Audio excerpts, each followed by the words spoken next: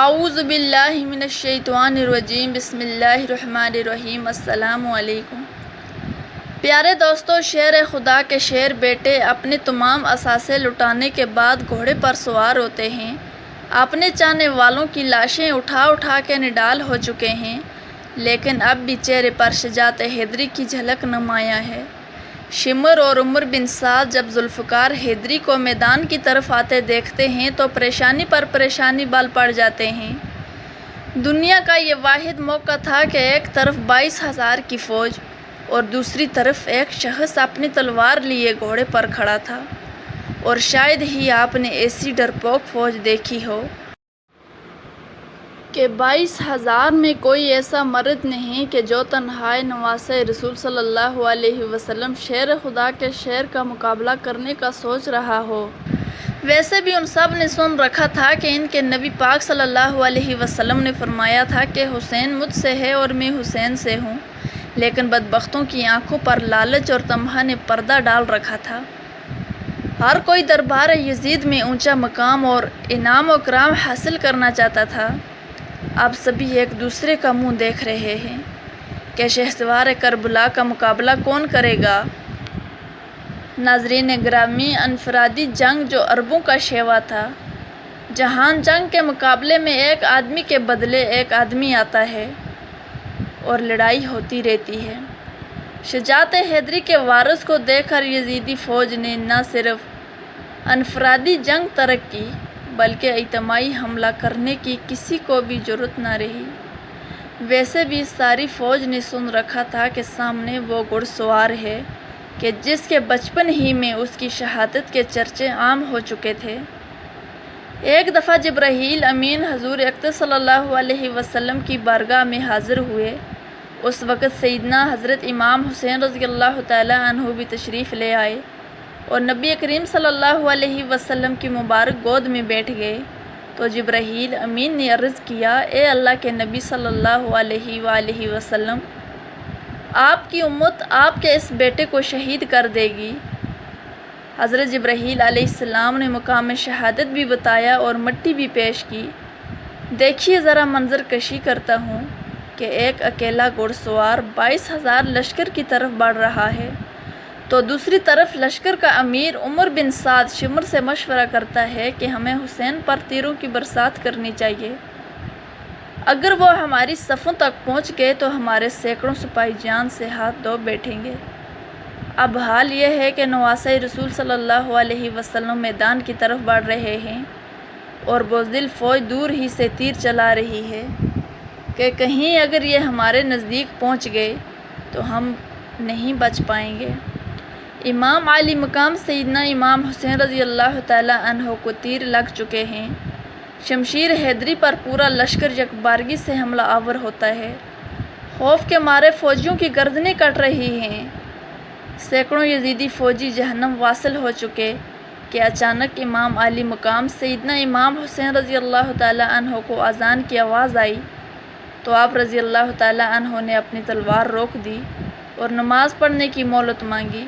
یہی وہ وقت تھا کہ جب شمر کے جوش دلانے پر مالک کندی نے پیچھے سے ایک ایسا وار کیا کہ تلوار گلا مبارک کو کاٹتی ہوئی کاسا سر تک پہنچ گئی۔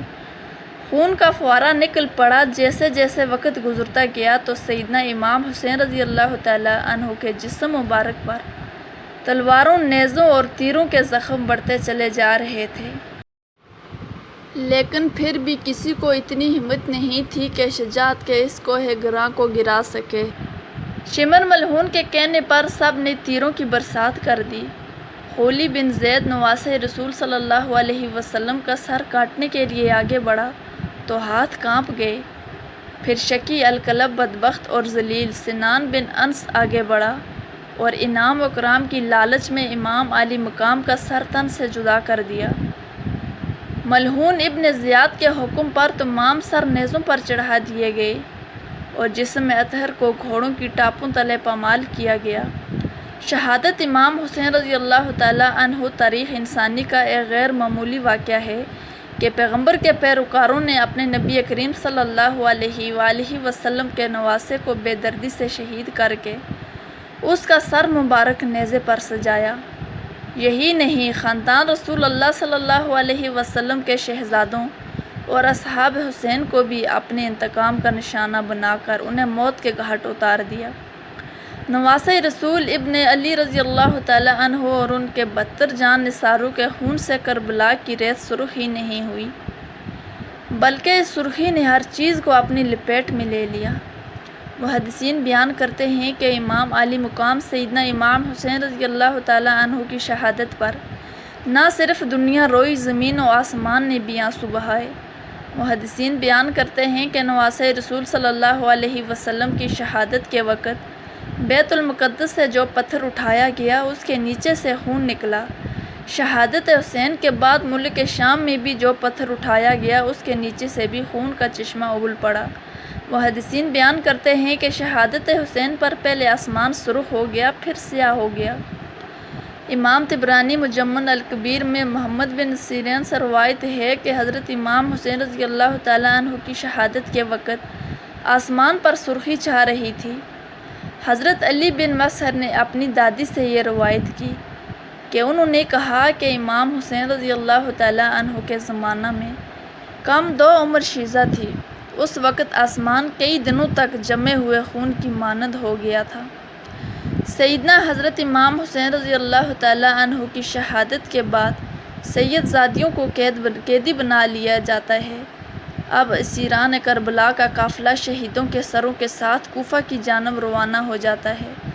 ادھر کربلا کی ریت پر سید زادوں کے جسم بغیر سروں کے بے گور و کفن بکھرے پڑے ہیں۔ اللہ اکبر۔ تاریخ گواہ ہے کہ شہادت کے 3 دن بعد 13 محرم کو مقام غازریہ سے قبیلہ بنی اسد سے خواتین دریائے فرات سے پانی لینے آئی تو انہوں نے بغیر سروں کو جسم سے بکھرے ہوئے دیکھا تو سب کی چیخیں نکل گئی۔ واپس گھروں کو لوٹی اور اپنے مردوں کو بتایا کہ خاندان نبوت کی لاشیں بکھری پڑی ہیں، ہمیں ان کو دفنانا چاہیے۔ چنانچہ کچھ مرد ان کے ساتھ میدان کربلا میں پہنچے اور قبریں کھودنا شروع کر دی۔ سبھی جنازہ پڑھنے کے لیے تیار تھے کہ اتنے میں ایک گھوڑے پر سوار ایک شخص آیا اور حضرت امام حسین رضی اللہ تعالیٰ عنہ کے جسم مبارک سے لپٹ کر رونے لگا۔ اس شخص کا رعب اور دبدبہ اتنا تھا کہ ان کے لیے خود ہی مصلی خالی کر دیا گیا۔ پھر انہوں نے جنازہ پڑھایا تو ایک ایک جسم کو نام سے پکارتے رہے اور دفن کرتے رہے۔ سب سے آخر میں حضرت عباس علمدار کو دفنایا گیا۔